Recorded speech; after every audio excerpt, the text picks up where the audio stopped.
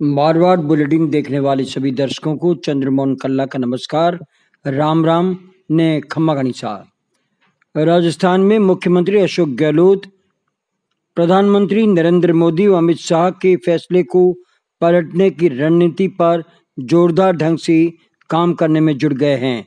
लंबे समय तक गहलोत से दूरियां बनाकर चलने वाले सचिन पायलट को भी अनचाहे मन से ही सही गहलोत की भाजपा की सियासी सर्जरी अभियान में शामिल होना ही पड़ा है। पंजाब की अमरिंदर सिंह सरकार भी केंद्र की कृषि कानूनों को पलटने का काम विशेष सत्र के जरिए कर चुकी है, तो गहलोत ने भी विधानसभा का विशेष सत्र बुलाकर केंद्र के कृषि कानूनों को पलटने का मानस बना लिया है और इसके लिए जोरदार ढंग से काम शुरू कर दिया है। इसके लिए राज्य की गहलोत सरकार ने पंजाब पैटर्न पर ही एक प्रस्ताव भी तैयार कर लिया है।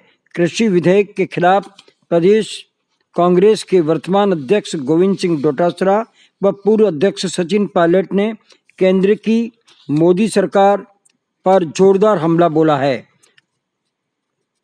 सचिन पायलट ने बोला है कि मोदी ने दावा किया था कि किसानों की आमदनी दोगुनी करेंगे, यहाँ तो आमदनी किसानों की दोगुनी करने की जगह कटौती की जा रही है। पायलट ने कहा कि केंद्र की मोदी सरकार में किसानों की पैरवी करने वाला एक भी केंद्रीय मंत्री और नेता भारतीय जनता पार्टी में मौजूद नहीं है।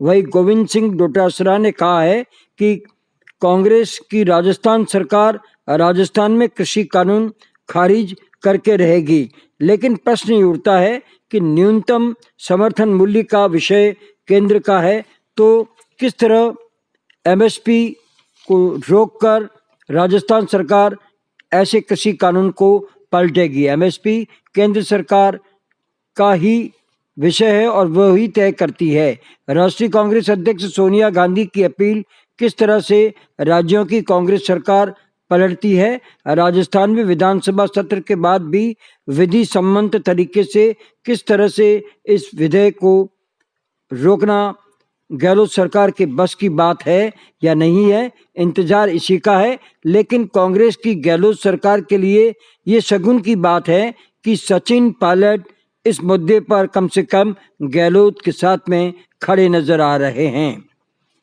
आज से हम एक विशेष अभियान छेड़ रहे हैं।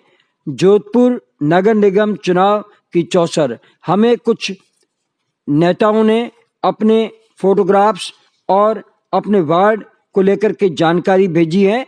हम आज से ये चुनावी चौसर शुरू कर रहे हैं।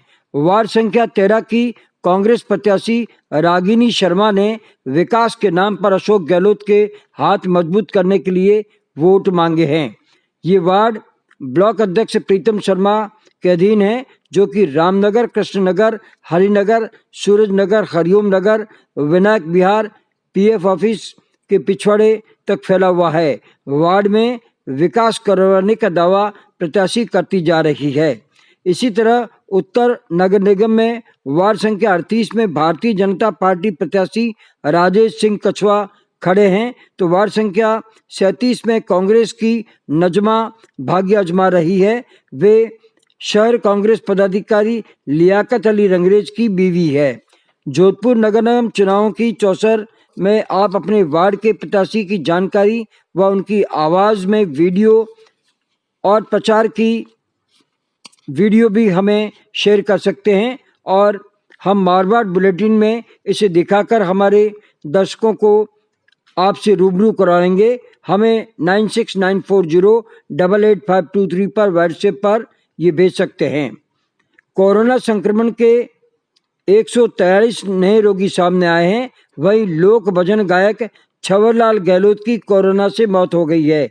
जोधपुर में दोपहर तक कुल अब तक 33,825 मामले सामने आ चुके हैं। जोधपुर में अब तक 460 लोगों की कोरोना से मौत भी हो गई है।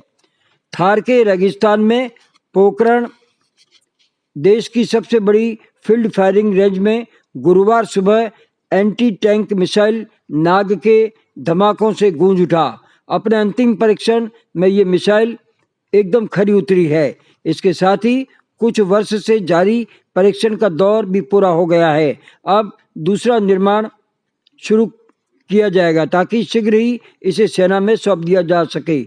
जमीन से जमीन पर हमला करने में सक्षम ये मिसाइल 825 किलोमीटर प्रति घंटा की रफ्तार से दुश्मन के टैंक को ध्वस्त करने में सक्षम है। चीन के साथ चल रहे तनाव के बीच इस मिसाइल का सफल परीक्षण अहम माना जा रहा है।